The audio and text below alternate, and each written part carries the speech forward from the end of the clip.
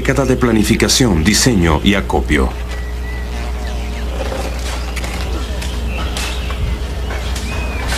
Los planos anticipaban casi 1000 edificios, salones, pabellones, patios y jardines.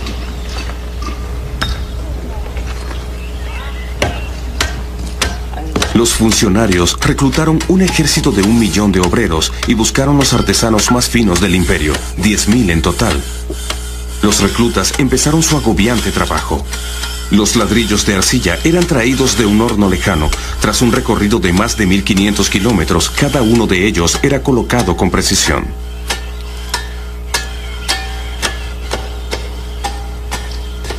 $20 millones de estos ladrillos fueron necesarios solamente para pavimentar los patios.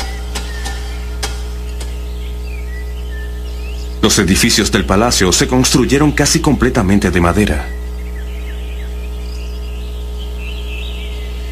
Los decorativos pilares de madera provenían de lejanos bosques tropicales y tardaban 4 años en llegar a Pekín.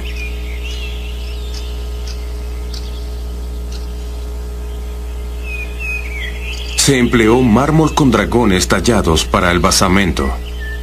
Los dragones, tótems de sabiduría y longevidad, eran los símbolos del emperador y asumen muchas formas en toda la ciudad prohibida.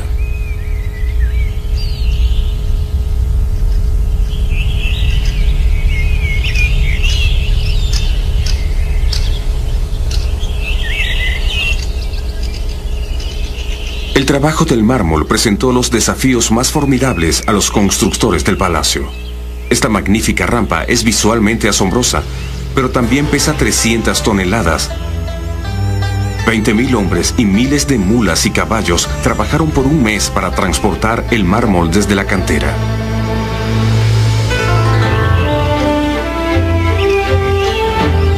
Para lograrlo, esperaron el invierno, vertieron agua en la carretera y lo transportaron sobre un lecho de hielo.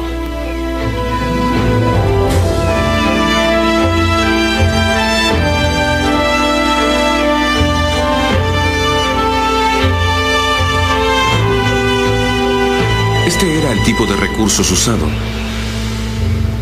Para sorpresa de muchos, tras una década de planificación, el complejo tardó solo 3 años en construirse.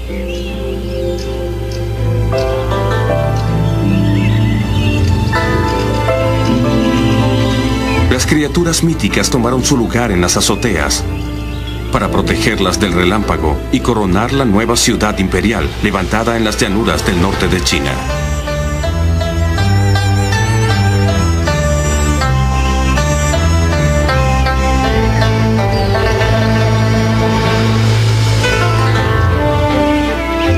Como hijo del cielo, la misión de Yun-Lo era poner en armonía cielo, tierra y hombre. Formidable tarea. Cada detalle del palacio cumplía una función que lo ayudaba en su sagrada tarea.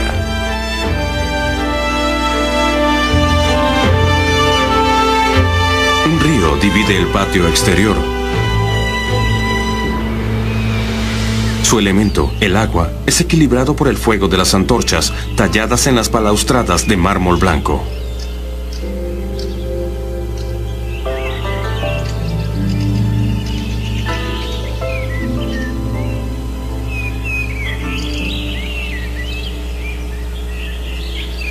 Detrás del patio exterior, guardado por temibles leones, está el núcleo ceremonial del palacio.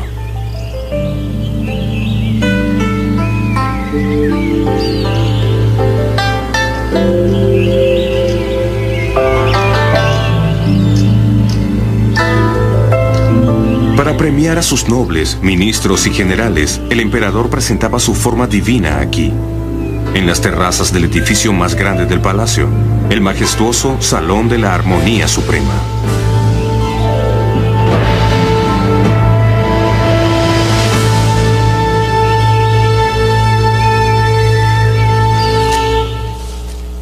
En las ceremonias cuidadosamente coreografiadas se usaban piedras para marcar la posición de cada portaestandarte, general y funcionario. Al crujido de un látigo y el grito «reverencia» empezaba la magia.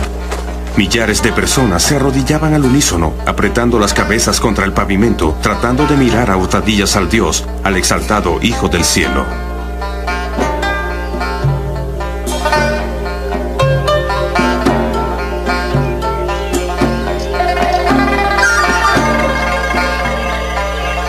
En medio de esta adoración, el emperador se retiraba rodeado de nubes de incienso a su magnífico trono dorado.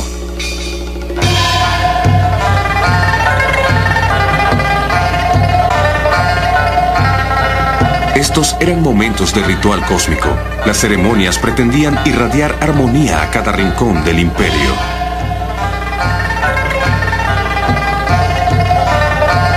Para líderes como Junloo, un brillante erudito y general, el dragón era un emblema apropiado. Sin embargo, para otros emperadores, su peso aplastante demostró ser excesivo.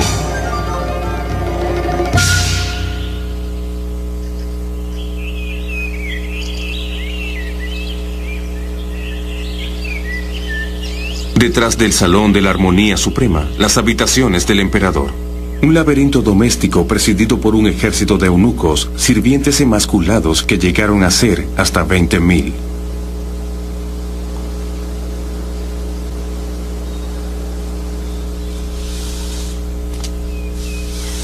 Algunos de estos ambiciosos esclavos manipuladores pudieron influir sobre los emperadores débiles. Pero las mujeres del palacio no tenían la misma categoría. La mayoría vivía modestamente como criadas domésticas. La muerte era la única liberación de esta jaula dorada.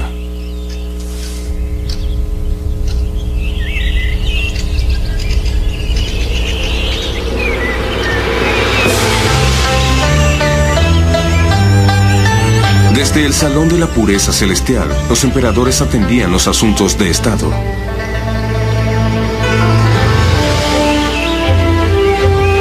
La maquinaria del imperio, emanada del fabuloso trono de los 9 dragones, fue finalmente tomada por un competidor más sagaz que los eunucos. Fue una reina que, al final de su vida, se atrevió a sentarse en la sagrada silla.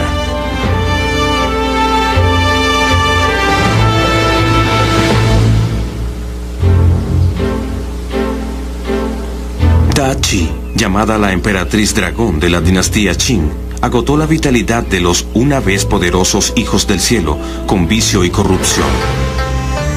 Con su nieto, Pu Yi, el linaje de 2000 años de emperadores chinos llegó a su fin.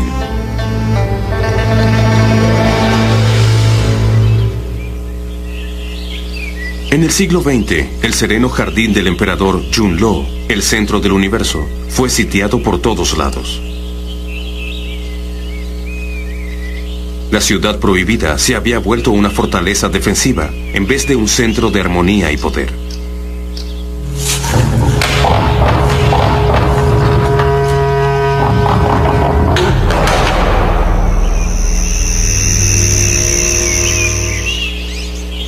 Al surgir la República en 1912, el nuevo presidente hizo prisionero a Pu Yi en la ciudad prohibida.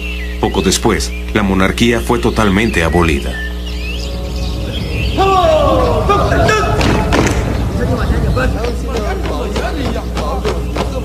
Era el fin de la pompa, pero no del ritual.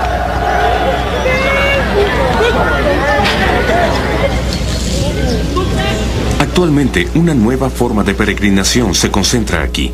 Miles de visitantes y curiosos se agolpan diariamente, no para hacer reverencia a un dios, sino para rendir homenaje a un pasado monumental y un espíritu inmortalizado en madera y piedra.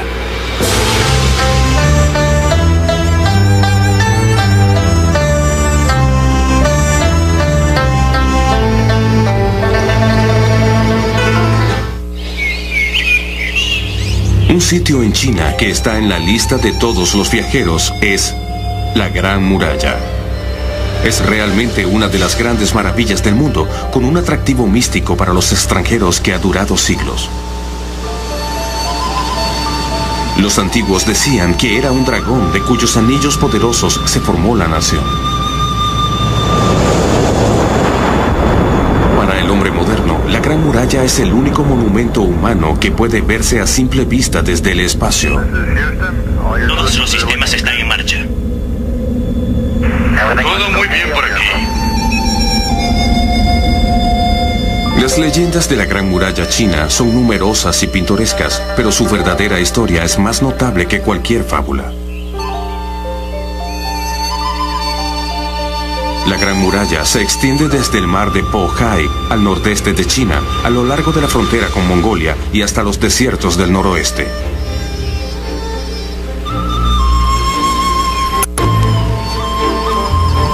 Con más de 4.800 kilómetros de largo, la Gran Muralla es con mucho la mayor estructura hecha por el hombre. Su historia refleja la capacidad de trabajo y sufrimiento enraizada en el remoto pasado de China.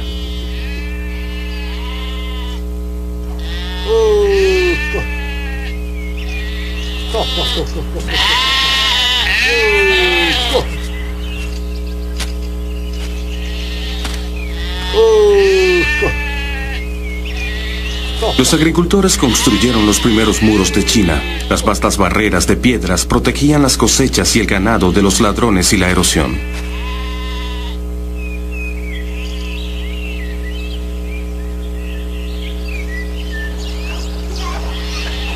Para resguardar su propiedad de los bandoleros, comunidades enteras se rodeaban de muros para refugiarse en su interior.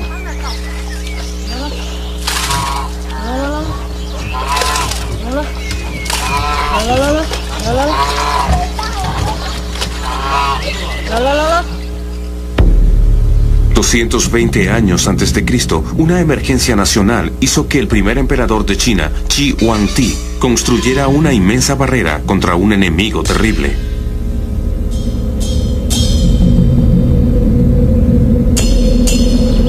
Los hunos eran hombres del norte, jinetes feroces que podían lanzar una lluvia de flechas mientras cargaban al galope.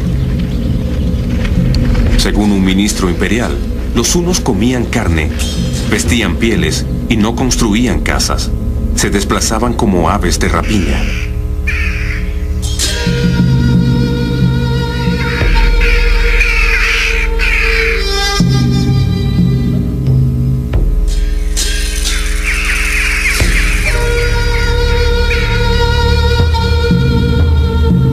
Para repeler a estos peligrosos vecinos, el primer emperador de China ordenó levantar una muralla en la frontera norte, que conectara a otras murallas más pequeñas.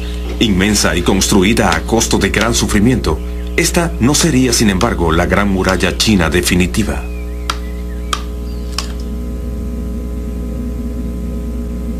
Esta distinción se otorgaría más de 1000 años después a una muralla que superaría a la que construyó el primer emperador de China.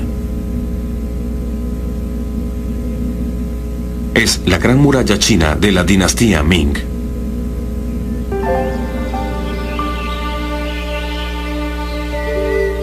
En el paso de Chu-Yu-Won, cerca de Pekín, permanece un sagrado fragmento de la muralla original, la terraza de la nube.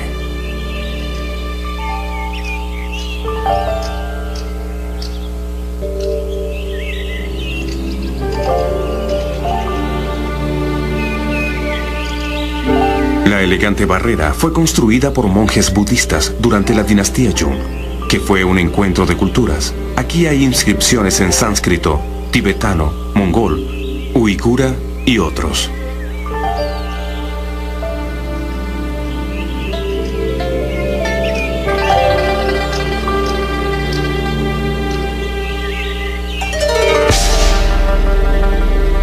Quizás la terraza ha sobrevivido gracias a su protector, un dios conocido como el Rey del Cielo.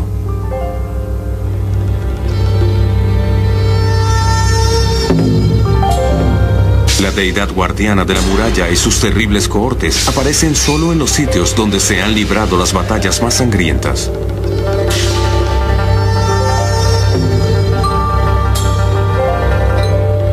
En una de estas contiendas, el paso de Chu-Yu-Won salvó a China de la aniquilación.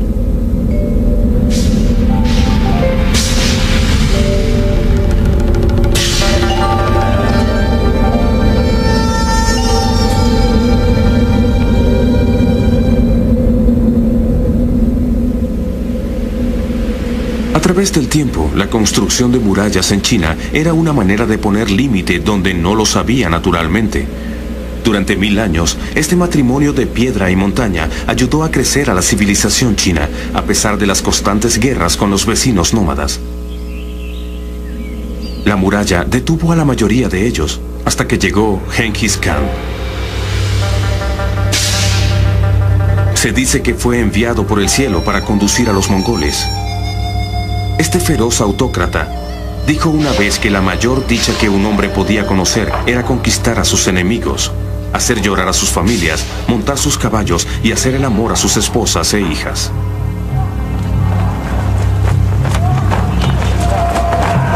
En respuesta al desafiante espíritu mongol, la dinastía Ming emprendería el mayor proyecto de construcción de todos los tiempos.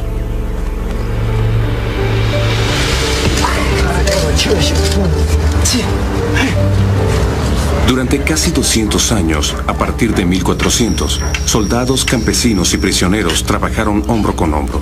La mayoría eran esclavos sin salario. Su sufrimiento quedó registrado en poemas.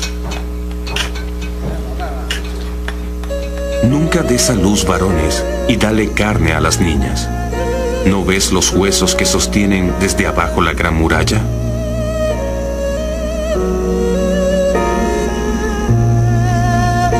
En la frontera norte no hay rastro de hombres, pero el grito de los fantasmas llena el espacio.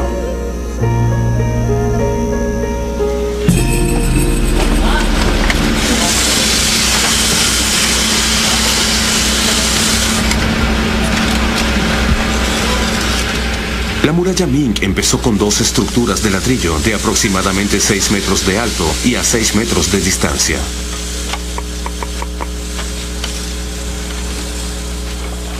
Los obreros vertían tierra entre los ladrillos y la apisonaban hasta tener una masa sólida.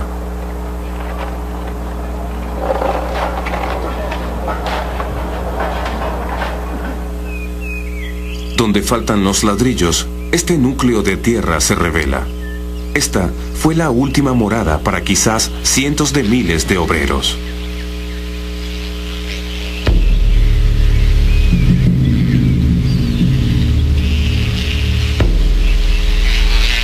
En lo alto hay una avenida de ladrillo lo bastante ancha para dar paso a 5 caballos o 10 hombres.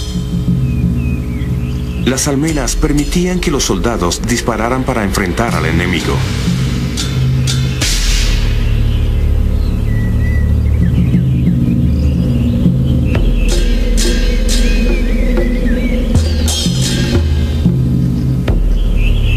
Aunque la propia muralla es insuperable en su grandeza, las torres eran las reinas de la batalla.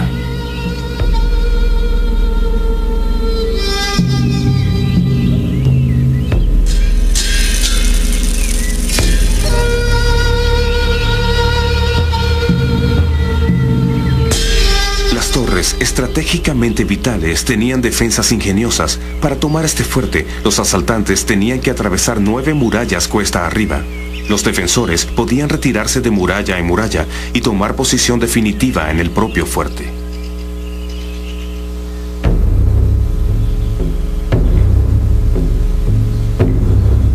El avanzado diseño de la muralla correspondía al diseño igualmente avanzado de las armas. Los obstáculos de metal eran infranqueables para los caballos. Granadas de mano y proyectiles explosivos. Cañones, ante cuyas poderosas descargas la muralla quedó definitivamente obsoleta. Cuando Genghis Khan atacó el paso Chuyuwon en el siglo XIII, contaba con armas más poderosas, miedo y sorpresa.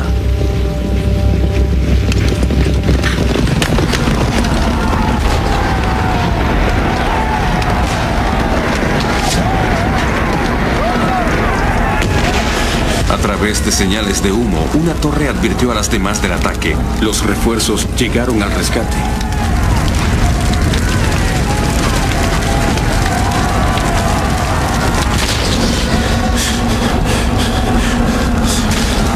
Si una sola torre era tomada, nada detendría al enemigo.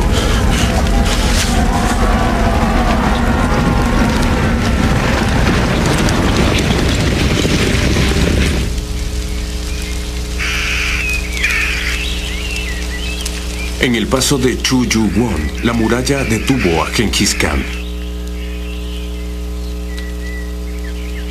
Solo tiempo después conquistó el sur de China, penetrando defensas más débiles.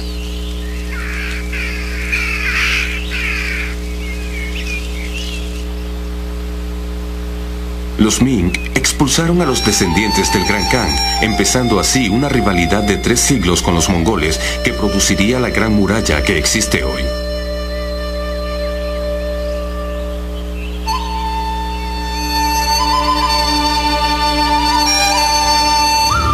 Esta muralla, la verdadera Gran Muralla china, es ahora sitiada por batallones de turistas.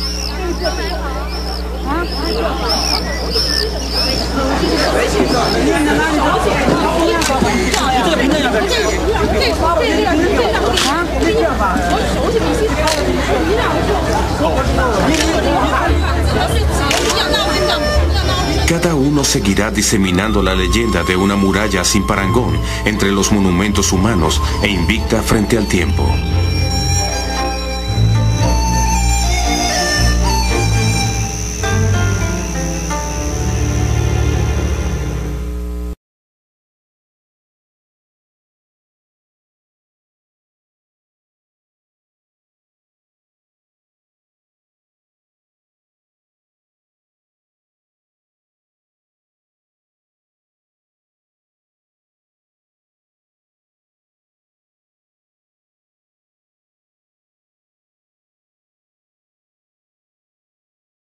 Década de planificación, diseño y acopio.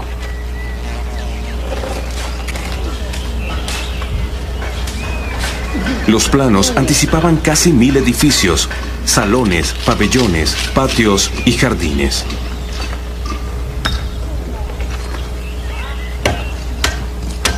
Los funcionarios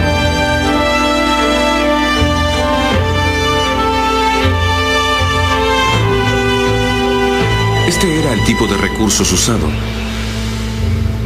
Para sorpresa de muchos, tras una década de planificación, el complejo tardó solo 3 años en construirse.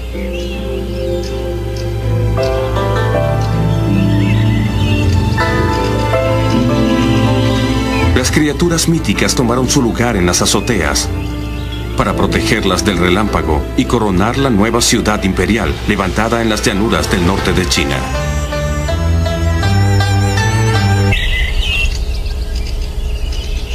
El trabajo del mármol presentó los desafíos más formidables a los constructores del palacio. Esta magnífica rampa es visualmente asombrosa, pero también pesa 300 toneladas. 20.000 hombres y miles de mulas y caballos trabajaron por un mes para transportar el mármol desde la cantera.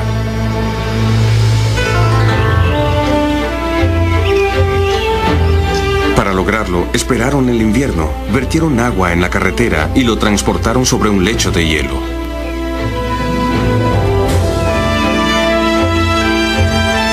Reclutaron un ejército de 1 millón de obreros y buscaron los artesanos más finos del imperio, 10.000 en total.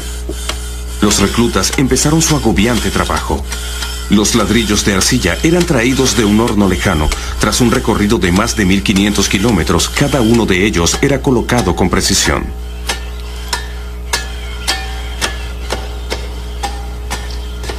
$20 millones de estos ladrillos fueron necesarios solamente para pavimentar los patios.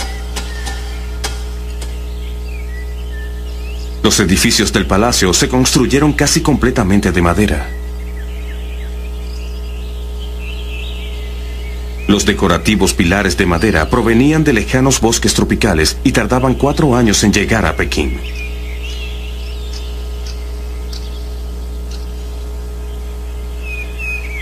Se empleó mármol con dragones tallados para el basamento. Los dragones, tótems de sabiduría y longevidad, eran los símbolos del emperador y asumen muchas formas en toda la ciudad prohibida.